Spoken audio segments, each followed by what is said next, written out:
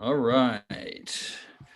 Greetings, everyone. Welcome to Terraform Live and happy Star Wars Day. Happy May the 4th. Today is a special day here, of course, for all Star Wars fans, and we are no exception to that. So to usher in the return of Terra Prime Live to a weekly program, we are going to do a special here today. And joining me with us today to discuss everything Star Wars, we have a few guests.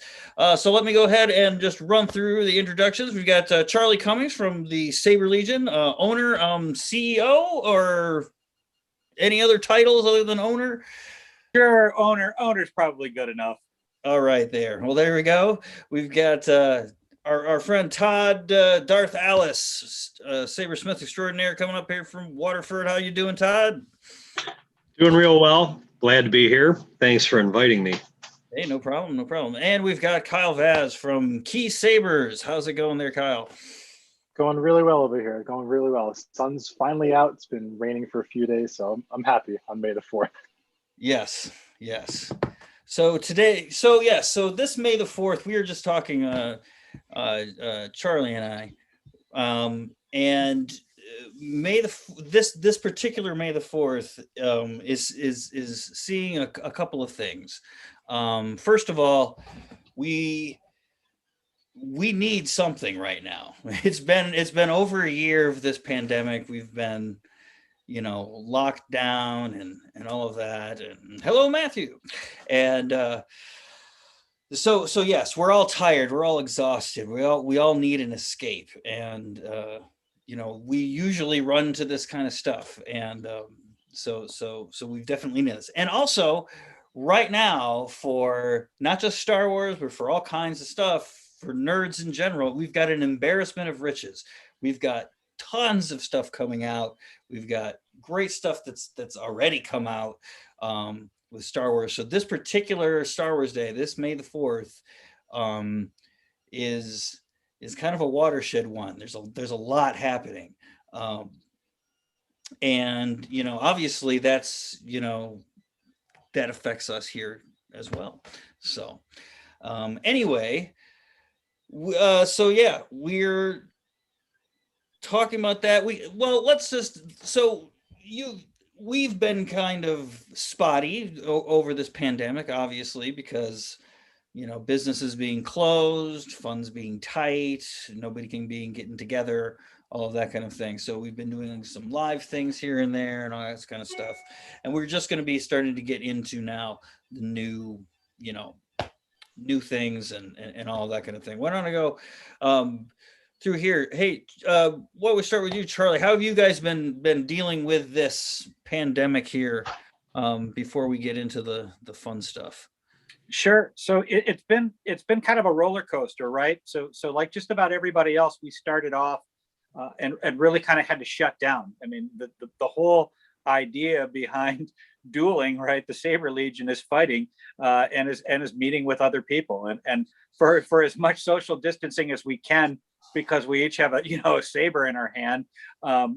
There really is that aspect of close proximity with each other. So we really shut down hard for the better part of a year, and then started at the end of the year as things started loosening up and more of the protocol came out. Basically, we followed the CDC's protocol, instituted our own, and kind of had an augmented rule set.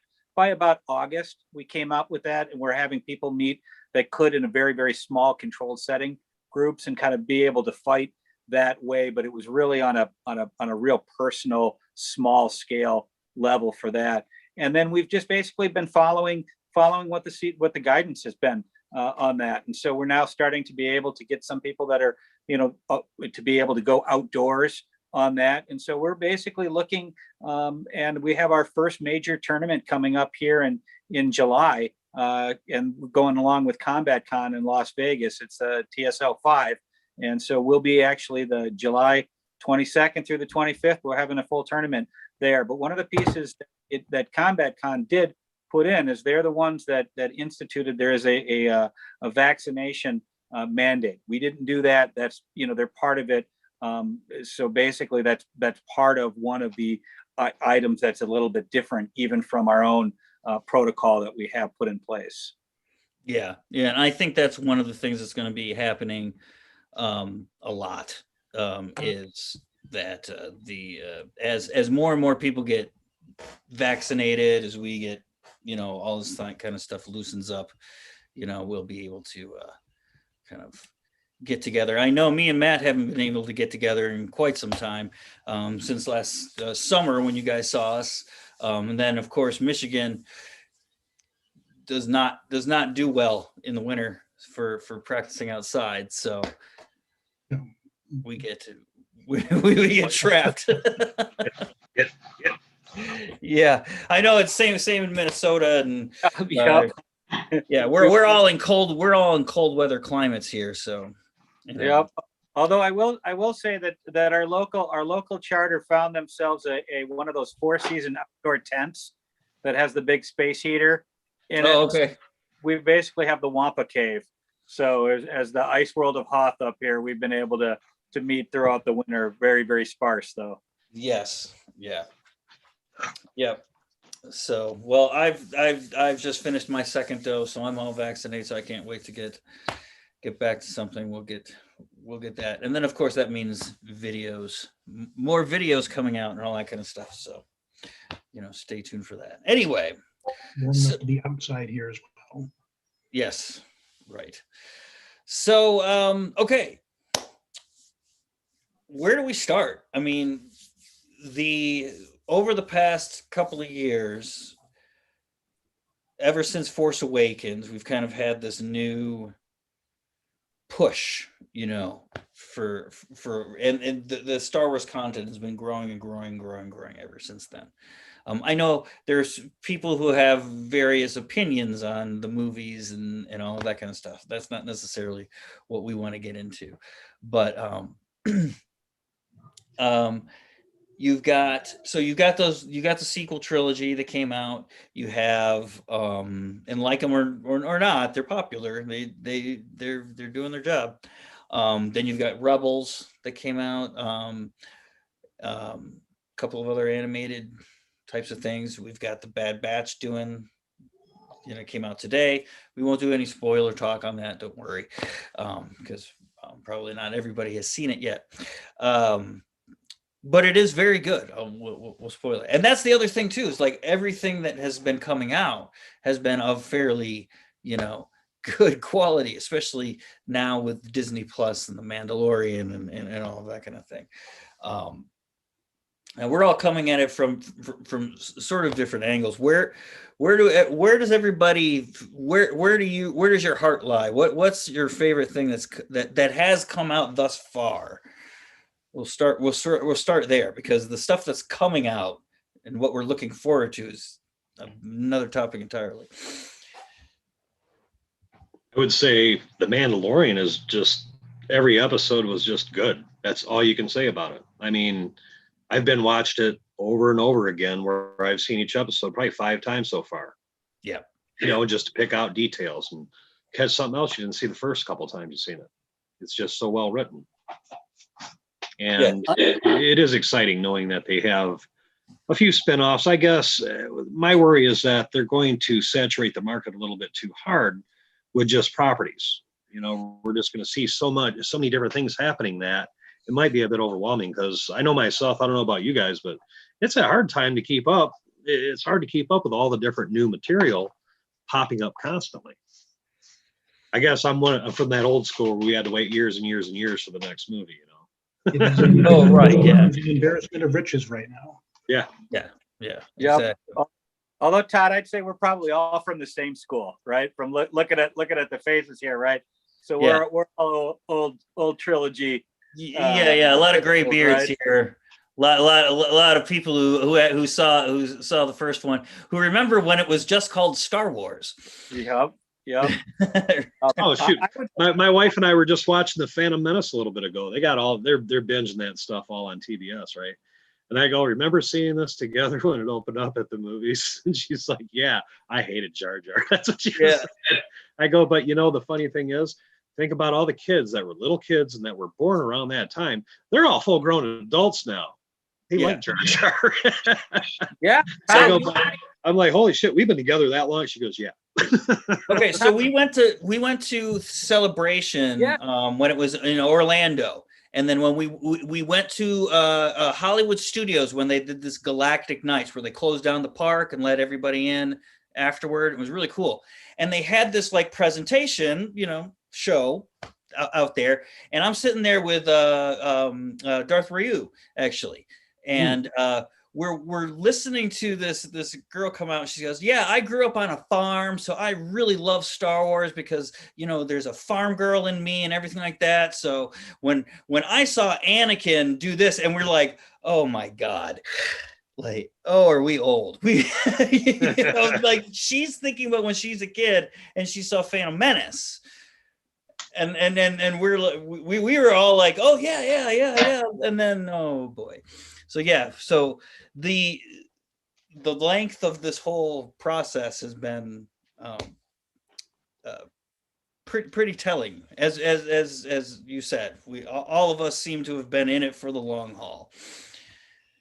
I will say one thing that you touched on, Todd, for the Mandalorian, because I'll admit that's been a game changer for as far as everything, right? I mean, just from the style and without giving anything away at this point, the ending of the last season brought to me feelings within me that I haven't had since I was a 10-year-old kid watching the original, right? Yeah. I mean, like I've seen all of it, opening night, almost everything, that type of thing. But it really, I mean, I was crying. I was so excited and just, it was amazing.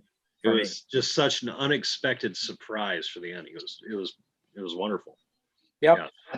I think it was because like that's not to give away a lot of spoilers. I mean, I know it's been quite a while since right. season. Yeah, I don't think that's a spoiler ended. At this point. People have T-shirts of it. Yeah, if they've seen it, they've seen it by now. I mean, just seeing that beloved character that regardless of when you've seen the movies, because I'm the youngin in the group. I'm 33 years old. Yeah. Right. So I grew up with my parents showing me the movies. And I love Luke Skywalker. He's always and will ever be like one of my favorite characters. And just seeing him, like seeing what they did to his character, it just gave it so much more like justice to see him finally like in that like full Jedi mode, because we never really saw that before. No. There's snippets of it. There's that scene in Return of the Jedi that everyone keeps playing back and forth where he where he kicks the guy off the thing, but he really misses his mark kicking. So we make fun of that stuff, but just seeing that, it's what you said. It's that emotion, and it's interesting tying that into the newer movies because I'm now 33 years old, so I have friends who also have kids that are 7, 8, 9 years old, and they're watching the new movies, and even though I'm sitting here nitpicking everything, they are loving it. And it's that realization that a lot of the newer stuff that they're doing, it really isn't built a lot for us. Right. It's built for that newer generation, and watching them appreciate it more. And then they're like, oh, I got to get into lightsaber combat. I got to get into this. I got to get into, and just seeing such a broad appreciation for the holiday. I mean, I got to say, for May 4th for this year, I haven't seen this much like posting appreciation than I've seen in a long, long time. And that's due to the movies, the Mandalorian, and everything that they're doing now. It's awesome. Yeah. I think the Mandalorian show, for me, the first season was that feeling, like you said, Charlie, of like being 10 years old again, or being 5 years old when I was watching the first movie, right? And the next season 2 was more like it's like the aftermath of it and then leading up to Empire Strikes Back, right? Where now you're playing with all your Star Wars figures, right? And so you're getting all your favorite characters in there, and that's the whole thing. I mean, there was a meme going around that says shows here's a picture of Jon Favreau and Dave Filoni plotting out the Mandalorian series, and there's a bunch of kids playing with Star Wars figures, and that's totally what it is, right? So like you got the finale with Luke. You've never seen him go full Jedi, killing droids and everything like that. That was great, right? Another thing you never saw Boba Fett be a badass, right? Yeah. And they put that in there, And a fat, old, bald Boba Fett. Love it. Yeah. Oh, exactly. Yeah. Tamora Morrison finally inhabiting that role, right? And the fact that we'll get to it in a bit, that he's going to continue inhabiting that role is fantastic. It's just, I love Tamora Morrison. I love, Yeah. if anybody has ever seen this movie a very long time ago, Once Were Warriors. Yep. Oh yeah. Pretty much all of the Maori actors that you're used to seeing in action movies and everything like that right now all got their start in that movie. See it. It's one of the best movies ever made. Tamora Morrison, his role in that movie really solidified him as a pretty powerhouse type of actor. And to see him stepping into the Boba Fett armor and all of that. And it was directed by Robert Rodriguez, who himself, Star Wars fan. And that's the other thing I think was great about The Mandalorian is it's made by people who just love Star Wars, just like us. So it is like them playing with their figures. You notice too, the musical scores. I love how each character, they're bringing out its own subtle musical score, like with Boba Fett when they introduced him and he started really beating up on the stormtroopers and blowing these two ships out of the sky, these transports. That was great. And the music scores were just spot on to really express what's going on with that scene. I loved all of it. It was great. The Boba Fett theme. And there's another layer. I haven't gone back to watch them for the music and for the sound. It's right. About the story. If you watch Disney Plus, Disney Plus has a whole byline that goes underneath, that goes behind the scenes of the making with that, and they have a whole episode on the music of it, on the gentleman that does the scoring of it, the whole thing. I mean, it's amazing. My wife plays recorder. I had to get her a bass recorder so she could start playing Mandalorian. I'll admit that the sucker's like 2.5 foot long, man. It's huge. Yeah. So, and the success of The Mandalorian, of course, is now leading us into other properties. Like, and that's the thing, like in the first season of The Mandalorian, you meet new characters, you're kind of seeing what the world has become after the, Empire's fallen and all that kind of thing. And the second series is now bringing in all these characters that we all know, right? Bo-Katan is one of my favorites. So I loved that whole, the Mandalorian episode for me, with all of, having just a ton of Mandalorians doing Mandalorian stuff was satisfying as hell. Stitching it into the rest of the canon, so it's becoming much less seamless. Yeah, it was clean.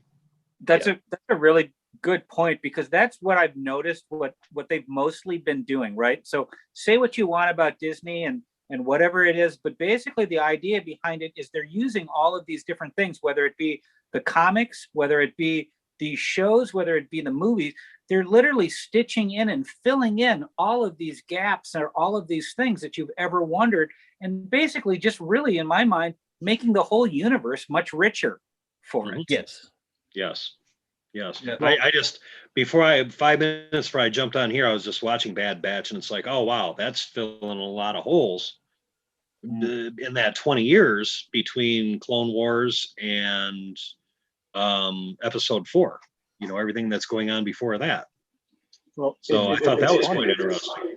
because like, you know, watching Clone Wars, watching Rebels, a lot of the animated series, that's what they all did, you know, with Dave Filoni, you know, he really did like weave in those characters and different scenes and different things and moments that were happening throughout that time of between Attack of the Clones, Revenge of the Sith, and then what happened afterwards. And you see a lot of that in the real world acting with the Mandalorian. You see Dave Filoni's hands in there, you know, just saying, all right, you know, let's add in Bo-Katan here, let's add in Ahsoka here, and then we can bring her back 5-6 years later when we're actually ready to make like a full-fledged movie or a series or whatever they're actually planning on doing. I don't have the full schedule, but you know, that's what they're setting up, is these separate worlds, and it's great because it still maintains that focus on that character, but now we can see the whole world of Star Wars through so many different eyes, you know.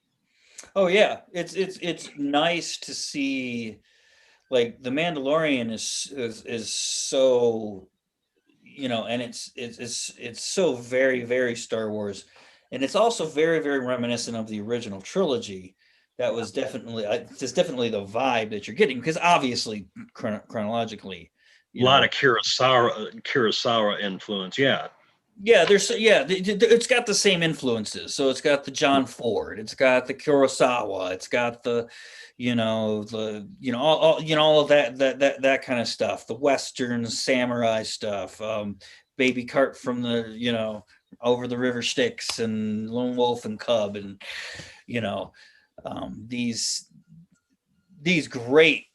freaking great things that have influenced Star Wars from the beginning, now doing the same thing. And I think one of the things, like, Dave Filoni, it's not just Dave Filoni. Dave Filoni is just one guy amongst just a ton of people who are all making this work. And the great thing about it is that they take some of the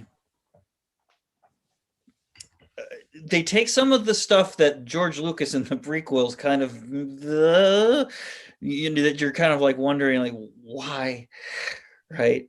Like Order 66, where when I was watching Order 60, when I was watching the original movie, episode 3 in the theater, and they did Order 66, I just kind of felt like, really, that's how you're gonna do it? It's just like, boom, up, they're all dead now, right? But now we get to see, they start to flush it out and they start to make it mean something, Well, to watch them transition and what happened between clones and to regular stormtroopers.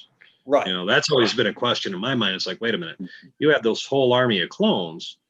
Well, when did they start becoming normal conscripts and people that were drafted into their army now to be stormtroopers? Yeah. So yeah, it's starting to fill in a lot of those questions as well. Yeah, but even the last episode of the Clone Wars, right, with Ahsoka and Darth Maul and all of that we see Order 66 from the other side, right? Yeah. And it now it's not as dumb, So they filled it. I think it was great just to see, like, the actual clones have a personality. The clones had like another life, and you see that other side to them, because watching episodes 2 and 3, you really didn't have like an attachment to them. So when they did Order 66, you're like, okay, that feels kind of lame. But now when you're watching Clone Wars, now when you're watching some of the newer series, and you have these attachments to, like, Fives and all these other characters, you're like, oh wow, like they actually were going through a lot of stuff, and you feel it. And for me, going back and watching, because I with my wife, I went back and watched episodes 4, 5, and then watched episodes 1, 2, and 3, and then went back and watched episode 6 in that order. And it just had more of like a nostalgic, like really like emotional feeling, because you felt what those stormtroopers went through. I mean, sorry, what the clone troopers had gone through, and it was touching, and that's what Star Wars has done. Well, I think in the Clone Wars, the first it's one of the very first episodes of the actual series of the Clone Wars in season 1, where it's Yoda and a group of clones. Mhm. And that episode establishes that the clones all have their own personalities, right? And that they may start off the same, but they grow up with different experiences and therefore and all of that, which of course is something that you immediately, again, it's like they take a movie trope that is done for convenience sake, right? Clones, faceless army, boop, done and done, right? It just moves the whole Skywalker thing, you know. But then you can actually look at, you know, and dissect and you know, flush out those areas where it's just not it wasn't like you said, it never touched upon in the movies. An advantage of the longer form storytelling is the chance to really deeply explore what might just be a one-off bit in a 2.5 hour film. You can actually find some meaning and some purpose for why some characters take the actions they take. Some things happen the way they happen. Yeah, I think I would say that both really the animated series, right? You got the Clone Wars and then you've got Rebels, right? In those particular ones, those are, I think, as essential as any one of the movies that to a real Star Wars fan. I mean, I don't mean a real Star Wars fan that came off wrong, but meaning like to understanding the whole. You could say that, a real Star Wars fan.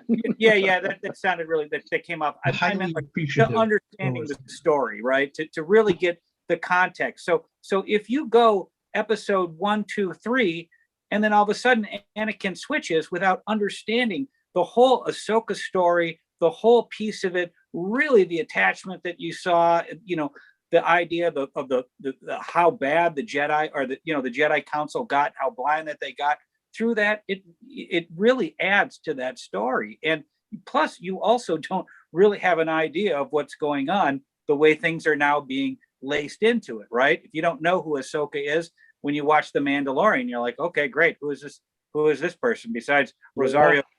Pretty sweet, you know? Oh yeah, that was brilliant. Yeah.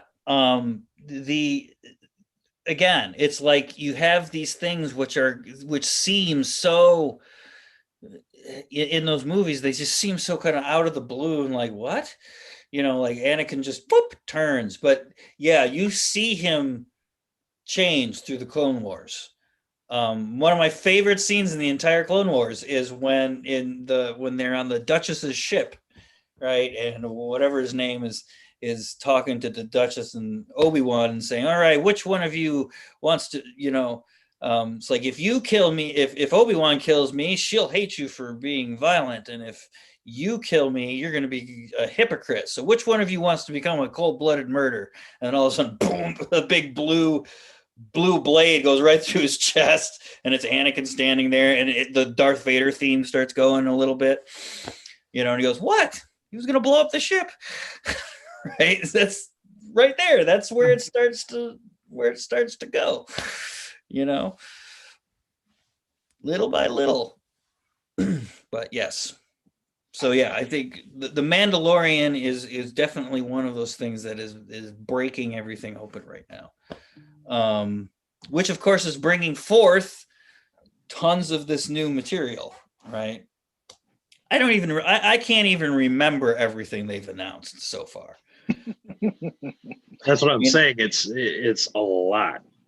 And we've got Ahsoka, we've got bad Obi. going on now, Obi-Wan, we've got Andor, we've got The thing is, though, is they've got the platform to do it, and if you watch how Marvel has been rolling out with WandaVision, and then with the Falcon and the Winter Soldier, they basically will be able to do these short little runs to fill it in. And I saw that first when I saw that too. It was like, man, it was like, the Rangers of the New Republic and this and that, and they were going on. And I'll also admit that I've also tried to get into the High Republic stuff that they've been doing right now.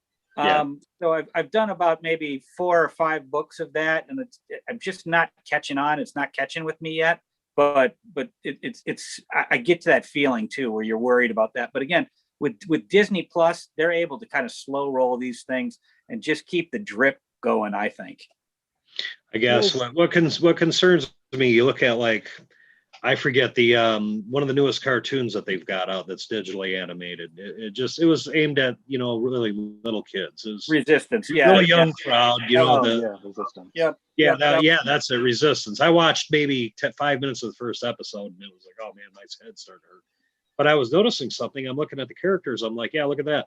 The way they're making them, it looks like it's easier and easier for toy molding, for pulling toys out of molds. Just with the shapes of the characters and how they're rendered.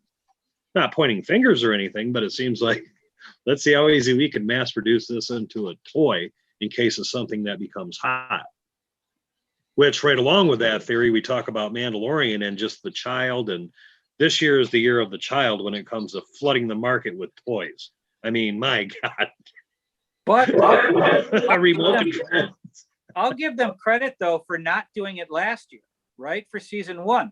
That reveal to them, so that shows you that, at least to Filoni and Favreau, that it was more important for that reveal of Baby Yoda, that first, the child, Grogu, whatever, that first reveal was bigger to them than it was to be able to have anything on the market ready for it to go when it went out. So yeah, so I can't really agree with that assessment, Todd, because they can make money off of this stuff like falling off a log. There is absolutely nothing that they can't throw in a box and throw a Star Wars sticker on and make money off of. And let's remember the new lightsaber that's coming out. Well, right. Let's remember where we. So let's us 3 old timers remember where we came from. The days of be the first to rip one apart. True saturation, not this. Oh, we've got too many shows and I can't watch them all. It's here's a cereal, here's a shampoo, here's an ashtray, here's a basketball, everything. Remember C-3POs? Oh, I know, but they've saturated the normal market. You walk through the aisles of Meijer and you see Star Wars stuck on everything. It's everywhere. It's saturated. I think what it is they're going the right direction. If you oversaturate it, it just means you're putting the same thing in the same market, right? And then it becomes oversaturated. But look at Marvel, just like Marvel Comics. Right? It's not saturation because you get something different out of every little property. So some people will gravitate towards this. And as long as you have enough, then you have enough to kind of feed everybody like a buffet. Right? Good point. That's a good point. Because there's going to be shows people aren't going to like, obviously. Sure. Yeah. That's been my thing moving forward with a lot of what Star Wars is coming out with, because you take The Mandalorian and when you first watch it, they don't show any signs of lightsabers, Jedi, the Force. No. It's just Mandalorian. It's just old school Western. It's got that feel, and you didn't get that until like close to the finale. You didn't really get that, and then season 2 brought that on a little bit more. They're teasing it here and there, but you didn't really get that feeling until right at the smack end of the episode of the end of the season, and that's what I love, because you're not watching The Mandalorian to see Luke Skywalker. You're watching The Mandalorian to see The Mandalorian, to see this old school type Western, which is, the closest equivalent to what The Mandalorian absolutely was. And now you watch The Bad Batch and I haven't seen it, but I can only imagine you're probably not going to get that many Jedi like you did with, Clone Wars. Clone Wars, you got a lot of Jedi fighting, but and then with Rebels, you got a lot of Jedis as well too, but it still had this grounded feeling of not so much a full-fledged Star Wars film or movie or what they do. It seemed to be still grounded in something different and something more. And I think they're taking a page of what success they've had with Marvel, where you have WandaVision and now you have the Winter Soldier and Falcon, and they're two totally different shows. I mean, one's got a lot more episodes, but they're two totally different shows. You have so much more of like a different emotion and feeling when you watch WandaVision as opposed to the Falcon and Winter Soldier. And that's what I feel like they're really hitting on is, you know, once we see Ahsoka, once we see Kenobi, you know, it's going to be a totally different feeling because Ahsoka went through a tremendous transformation and journey, totally different from what Kenobi went through. And we still don't know what he went through once he, you know, gave Luke away to his aunt and uncle. We don't know what happened, and we're going to find that out. And I feel like it's going to be something totally different from what we've seen out of the portrayal, you know, that Ewan McGregor has done. Yeah.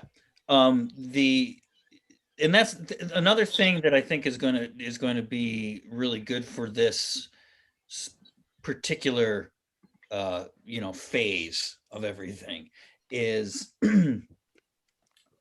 you're getting real directors who are doing this stuff, right? So you're not getting, you know, just Star Wars directors, and you're not getting people who are whatever. It's real directors like, you know, Robert Rodriguez, like Patty Jenkins. Howard. Yeah. Yeah, Patty Jenkins is going to be doing a TIE fighter movie, right? Because her dad was a fighter pilot. So she's like all into that, and she wants to make she said she wants to make the greatest fighter pilot movie ever, and this is going to be it. Was it Rogue Squadron? Is that what it's called? Has anybody remember that one?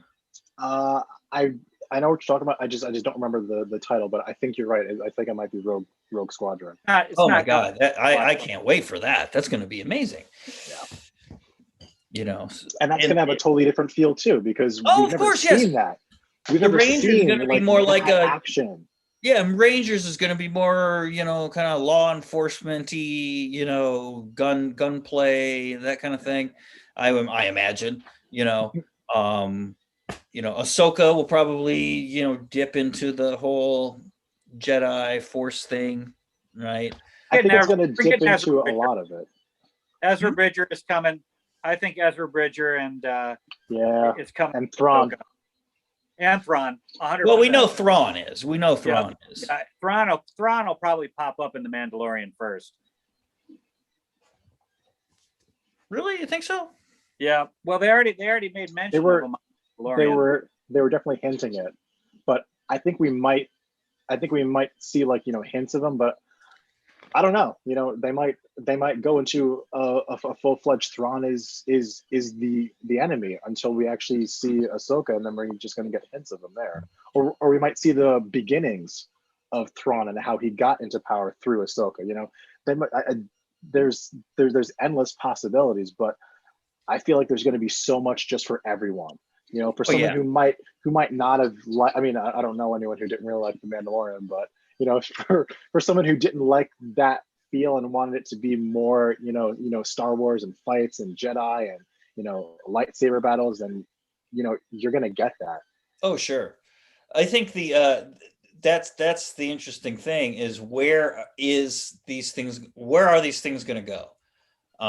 We don't. That's what keeps us watching. No clues for any of the other things, but like, let's take the Book of Boba Fett and season 3 of The Mandalorian, right? Now, what's going on here? I'm still not clear on how this is going to go.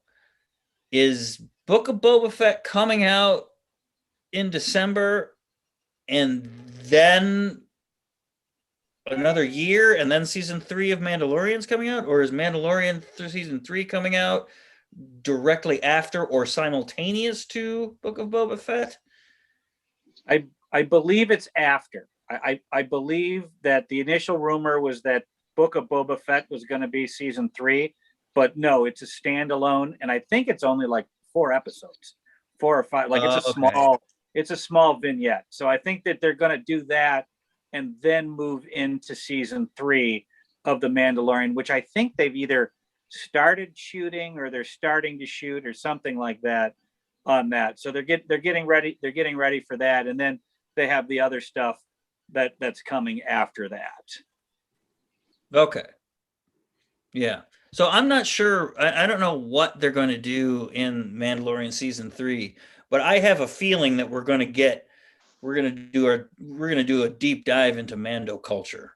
We might even get back to Mando, into the planet of Mandalore, to Concordia and all those places. So Well, they were hinting at all once he grabbed the dark saber. They were saying, that this is, there's got to be some sort of a battle. There's got to be something happening. And he was like, no, I'm not really down for that. But I feel it's just going to be what you said. I feel like we're going to get a nice deep dive into Mando culture and Mandalore and everything that happened. now, of course, here's a very easy solution to that problem with Bo-Katan and the dark saber, right? You break Moff Gideon's legs, hand him the dark saber, and just have her off him. Right? There you go. Problem solved. Yeah, they didn't bring Katie Sackhoff and Bo-Katan out for two to three episodes, right? There's a lot more to that. I've heard that they're going to get into the purge of Mandalore. That's going to be one of the areas that they're going to focus on. So that goes right into what you were just saying. Yeah, I can't wait for that. So, what's up, Damon? You came in.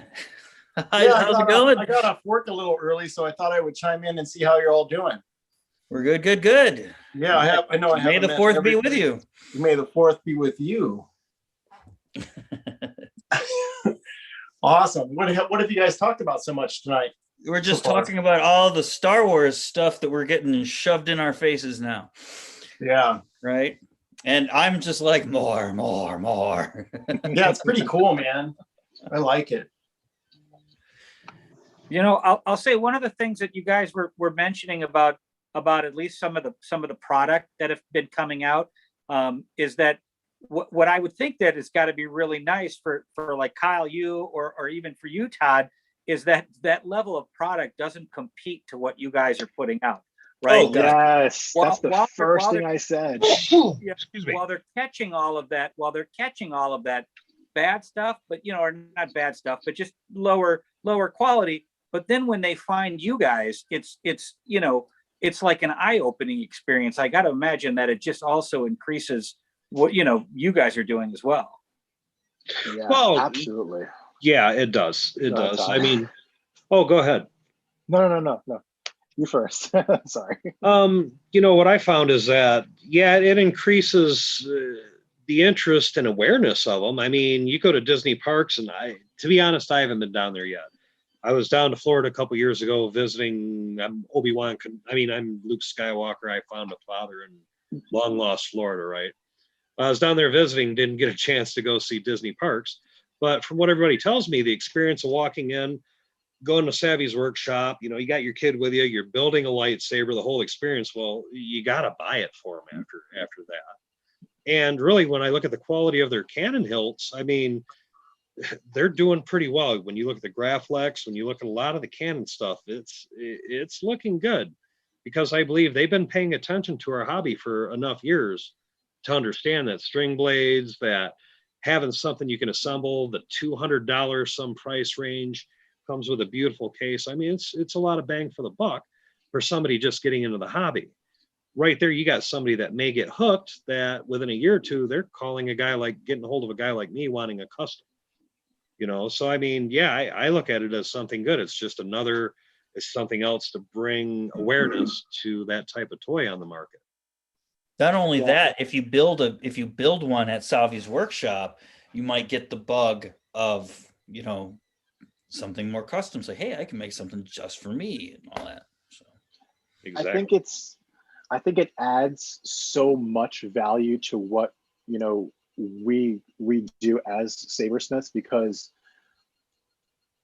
I mean, you've been around for quite some time, and a lot of the like hits or ticks to the website or creating something custom was waiting for a new movie to come out, waiting for a new episode or something for Lucasfilm to kind of like do something to jumpstart. And I remember when Force Awakens came out, I mean, people can cry all they want about the fighting and everything else in the movie, but it sparked such a bug for everyone to get up off their butt and want a lightsaber and do a fight.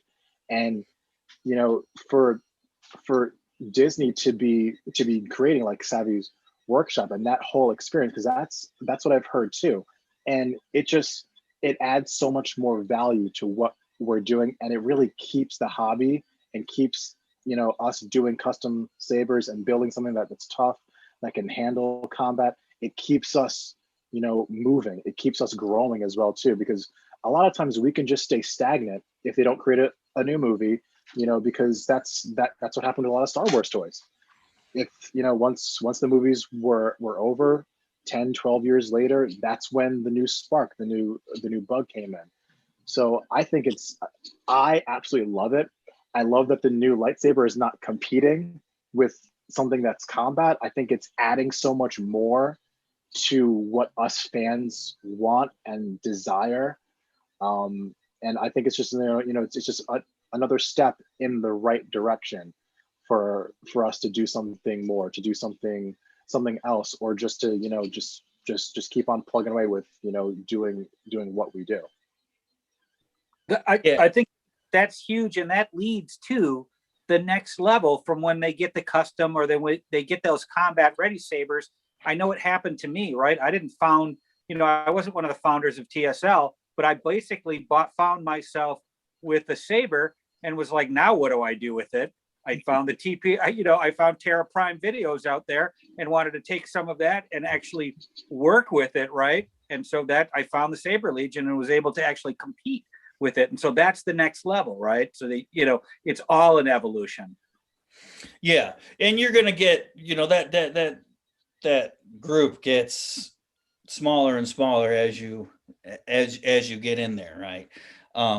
If you go to the park and you see those Canon sabers that they have at the parks, they are really good. Many of them are, as close to like the Graflexes. You're not going to get a better Graflex than that. I mean, it looks pretty much just like the movies, right? And you get the little blade that kind of comes in there, and you're not breaking the bank, right? Because I think they're like $150, for the Luke and Rey versions and all that stuff. I don't know if they have the different versions, or if it's just like the Rey version, like the most recent one, or what, but but they can do that. I mean, they've got the ability to create, to mass produce this kind of stuff, to keep it like that, but when I was buying one, I bought one, the person behind the counter said, "Oh yeah, you can fight with these too." And I just looked up at her and was like, "No, no, you can't." I wouldn't tell anybody that. That's not what they're for. But that's where I was coming off when it comes to the hobby itself. I mean, Disney is doing a great thing in that it's a great introduction to the hobby of something that actually lights up and it looks good. I mean, it's a good start. And but there's also something positive that it does for the hobby too, is that you have so many companies springing up out of nowhere because they believe, building lightsabers and full mass production is like a money printing machine, right? Because you see new companies popping up left and right, and their whole focus is, let's see how much more cannon I can make it over this next guy's cannon saber. And they all fight over the smallest, stupidest little details just to try to stay relevant, because they're all stuck on cannon hilts. Which again, when you look at expanded universe, you look at a lot of the comic books, you look at a lot of the stuff out there, Wikipedia, my God, there's just such huge reference material when it comes to ideas and styles, just different things that can be done to create something that has a blade on it. That's why I get so bored with the same stuff all the time, that I'm always trying to come up with something different, something new, something that hasn't been seen yet. And that's the continuous challenge. Trying to stay away from canon is where I'm really the point I'm trying to make, I guess. Right. No, Oh, I shame. definitely agree. Your niche, though, right? I mean, people go and get a Darth Alice saber because they want that piece of art, right? They want Yeah. something that nobody else has had or could get because it is literally something that usually comes out of your mind. Yeah, kind of like a Claymore saber. 100%. Right. Actually, Here are two sabers that Todd has made for me here. So this one is a rescued Redeemer, Saber Forge Redeemer. It was just I literally took got this the first time, was playing around with it, and it just snapped right in half. Didn't even touch anything. So I gave it to Todd, and then he did this to it. Made this box a little bit slimmer, so it's a little bit easier and all that. So I dig that. But then recently he made me this guy. This is my go-to right now. One-handed, nice and small, all that. So that's the difference. I mean, now this is simple. It's got in-hilt LED. There's no string blade or anything like that. And technically, I suppose I could fight with this, but I'm not going to. I don't trust it. But this, like I said, this not only looks the part, but it does the job. So I think somebody here in the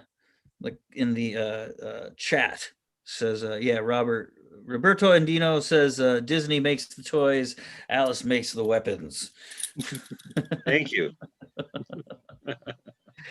So Actually, here's a sneaky peek. Oh, look at that. This one was a custom request. The guy wanted these kanji symbols, but this just shows a good quality coating of Cerakote, which is a oven baked ceramic paint that my wife has gotten real good at applying. So just a little sneaky peek of an Ahsoka set that's getting close to electronic point. You got anything sneaking around there in the shop there, Kyle?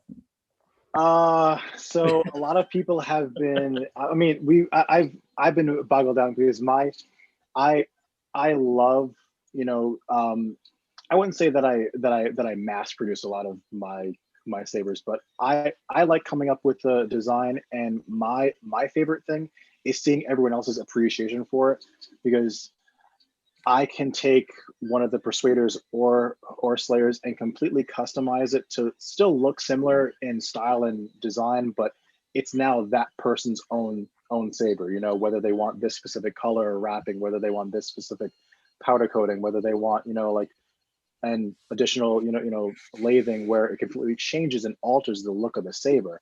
That's what I love is creating something for someone. But a lot of people have been asking me like, oh, well, if you've done this, if you've done that one, when are you going to do something like this? When are you going to do something like that? I don't like to do what a lot of I don't want to name like the bigger names, but a lot of the bigger name companies, they like to, have, one specific type of saber, whether it be 11, 12 inches, and they'll have like 10 or 12 different ones. And I feel if I can create one thing that's just great and perfect and excellent in that category, then I'm going to just create something else in a different category, because I don't want the two competing, So that's why I have the Persuader Slayer, and I'm just starting to design a 6.5 inch Shoto hilt.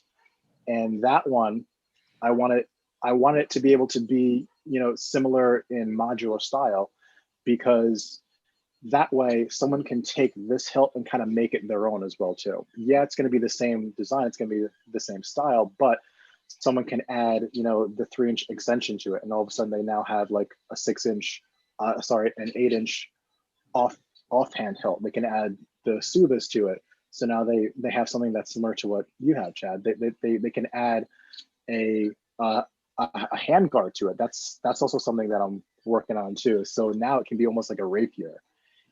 So I'll show you, because I haven't gotten it down to lathing yet, but I can show you what it kind of looks like here. So this is a 3D printed version of it.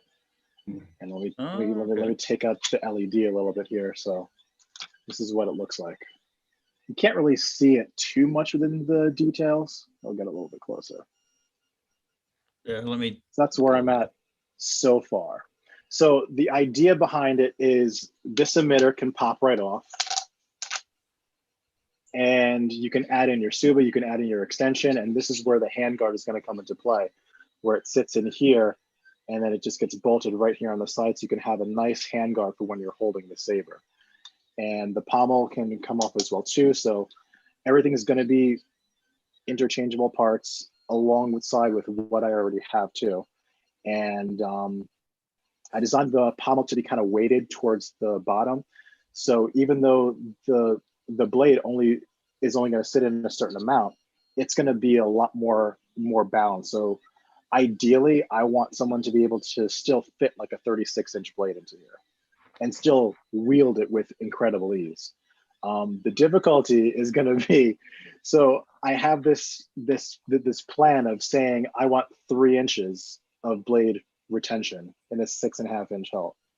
It's going to be tough to fit all those electronics in there, but I'm coming up with a couple of things, and I'm going to be testing something out this weekend as long as I can get through all the orders, but it's the goal. All right, very cool.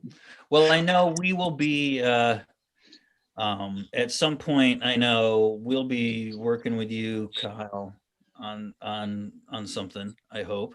Yeah.